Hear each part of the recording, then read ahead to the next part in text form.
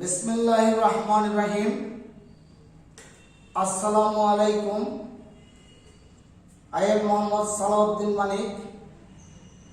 I am an assistant teacher of Kalipur High School and College, Matlab Uttar Chatpur.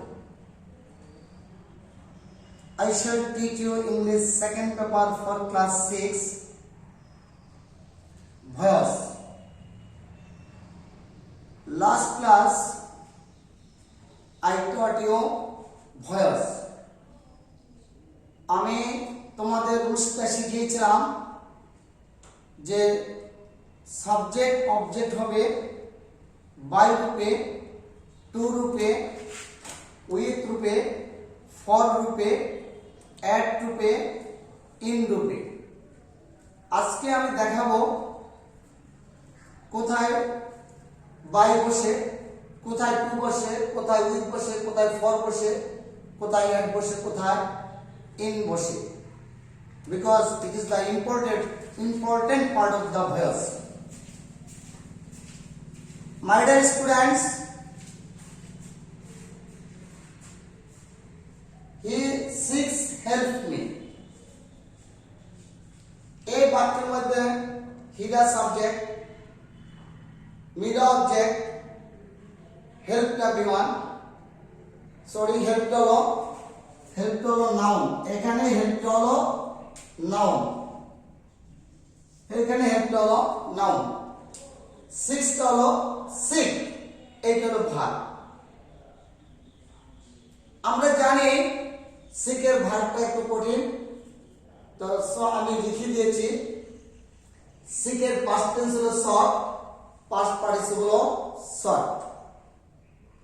তো আমাদের সূত্রে বলে object subject হবে, হওয়ার পরে টু বি হবে এমিজার, ভার্বের ভিতরে হেল্প অবজেক্ট অর এক্সটেনশন, এটা বাইরের পূর্বে বসবে। আর সাবজেক্ট অবজেক্ট হবে, সাবজেক্ট অবজেক্ট হবে। এখানে হি আছে, এখানে হবে বাই হিম, এখানে হবে by him. My dear students, আরেকটি, এটা সাধারণভাবে বাইগুলি বসে, কিন্তু আমি দ্বিতীয় যে বাক্যটা লিখেছি একটি ভয়েস লিখেছি I know him well. My dear students, যখন একটা বাক্যের মধ্যে দুটো অবজেক্ট থাকে তখন একটা দিয়ে আমরা কাজ করতে পারি, আরেকটা থেকে যায়, সেটা হলো রিটেন্ড অবজেক্ট, সেটা বাইরের পূর্বে বসে। কিন্তু এমন কতগুলি ওয়ার্ড আছে যেখানে এই নিয়মটা কার্যকরী হয় না। যেমন আমি লিখেছি আই নো হিম ওয়েল, হিম থাকলে হি হবে, টু বি হবে ইজ, ওয়েলটা যদি আমি এখানে না দিই তাহলে নোনের লোক এটা মিল খায় না, সুতরাং আমি লিখলাম হিজ ওয়েল নোন। নোনের পরে সবসময় টু বসে, আই থাকলে মি হবে, his well known to me. My dear students, নোনের পরে টু বসে। হি অ্যানয়েড মি, সে আমার সাথে রাগান্বিত হয়েছিল। তাহলে object subject I, to be past tense Y, annoyed এর ভিতরে অ্যানয়েড, এবং ব্যক্তির সাথে বুঝালে অ্যানয়েড এর সাথে উইথ বসে, আর সাবজেক্ট অবজেক্ট হবে। এই কথাটা সবসময় মনে রাখবে, ব্যক্তির সাথে বুঝালে উইথ বসে, ব্যক্তির আচরণে অ্যাট বসে। তাই যাই হোক, এই জিনিসটা আমি বলেছি, I was annoyed with him, his conduct shocked me, এটা আমি আরেকটা লিখেছি, তার আচরণে আমরা আঘাত পেয়েছিলাম। সুতরাং এখানে তার মি থাকলে আই, পাস্ট টেন্স হলো কি ওয়াজ বয়ার, তাই আই ওয়াজ, ভার্বের ভিতরে শব্দের পরে আমি অ্যাড দিয়েছি কেন?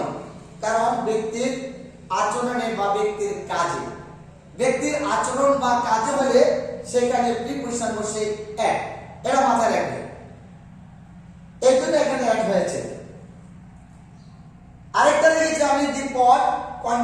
ওয়াটার। পাত্রে কি হলো, পানি ধরে, ধারণ করে। তো এখানে আমি একটা কথা লিখেছি যে কন্টেন্ট, কোনো কিছুর ভিতরে বোঝালে প্যাসিভ ভয়েস আসে ইন। তাহলে ওয়াটার অবজেক্ট সাবজেক্ট হলো present independent to be is ভার্বের ভিতরে। এরপরে কন্টেন্টের পরে যেহেতু কোনো কিছুর ভিতরে বোঝালে ইন বসে, ইন, তো ইন সাবজেক্ট অবজেক্ট হবে। কন্টেন্ট ইন, কন্টেন্ট মানে ধারণ করা। হাউ মাই স্টুডেন্টস, এবার আমি আরেকটা যে শিখলাম সেটা ফলটা কোথায় বসে, ফল।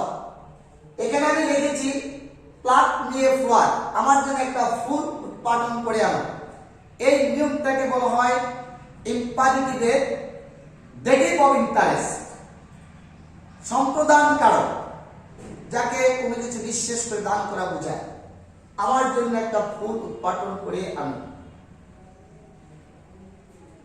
ইম্পারেটিভ সেন্টেন্স গুলো সবসময় অ্যাক্টিভে আরম্ভ হয় বিরন দিয়ে এবং প্যাসিভে আরম্ভ হয় লেট দিয়ে, লেট। তো লেটের পরে আমরা অবজেক্টকে সাবজেক্ট করলাম, লেটে ফ্লোয়ার, ভার্বের ভিতরে প্লাক। আর মনে রাখবে যে ইম্পারেটিভ সেন্টেন্সে যখন তোমার ডেটিভ অফ ইন্টারেস্ট বোঝায়, তাহলে এদের পরিবর্তে আমাদের যদি ব্যক্তি বোঝায় তাহলে ব্যক্তির পূর্বে ফর বসে, ফর। তাহলে let the flower, let the flower be pluck for me, এখানে হবে বি, এখানে হবে be. Let the flower be pluck for me, কারণ ইম্পারেটিভ সেন্টেন্সে বি বসে, বি ভার্বের পূর্বে বি বসে, প্লাকের পরে ফর বসে। এখানে আমি আরেকটা জিনিস শিখেছি, আমি গত ক্লাসে আলোচনা করেছিলাম, আজকেও করতেছি। We know a tree by its fruits, বৃক্ষে তার ফলে পরিচয়। এখানে আমি একটা কথা লিখেছি যে নোনের পরে টু বসে, কিন্তু পরিচয় অর্থে বাই বসে। কি অর্থে? পরিচয় অর্থে, পরিচয় অর্থে বাই বসে, পরিচয় অর্থে, পরিচয় অর্থে, পরিচয় অর্থে কি বসে? বাই বসে। তো আমরা অবজেক্টকে সাবজেক্ট করলাম, যেহেতু প্রেজেন্ট দিলাম ইজ, ভার্বের ভিতরে। আর বাই আস কেন লিখলাম না? কারণ উই দিয়ে যদি সকলকে বোঝায় তাহলে এটা বেশি লিখতে হয় না। কারণ একটা গাছ ফল দিয়ে চিনা যায়, এটা সবাই চিনে, সুতরাং উই দিয়ে সবাইকে বোঝানো হয়েছে, এটা বেশি লিখতে হবে না। এই জন্য ইংলিশ ভয়েসটা হয় a tree is known by its fruits, বৃক্ষে তার ফলে পরিচয়। মাই ডিয়ার স্টুডেন্টস, আমার এই নিয়মটার মাধ্যমে প্রিপজিশনের ব্যবহারগুলো সারা হয়েছে, এই সিস্টেমে চলবে। তোমরা যদি এগুলি ফলো করো তাহলে জানতে পারবে। বারবার ডিলিট করো, বারবার চেষ্টা করো, try again again, then you can be succeeded, তোমরা কৃতকার্য হতে পারো। তো how are my dear students, আজকের এই পড়াগুলো ভালোভাবে তোমরা রপ্ত করবে, ভালোভাবে শিখবে, তোমাদের জন্য অনেক মঙ্গল হবে।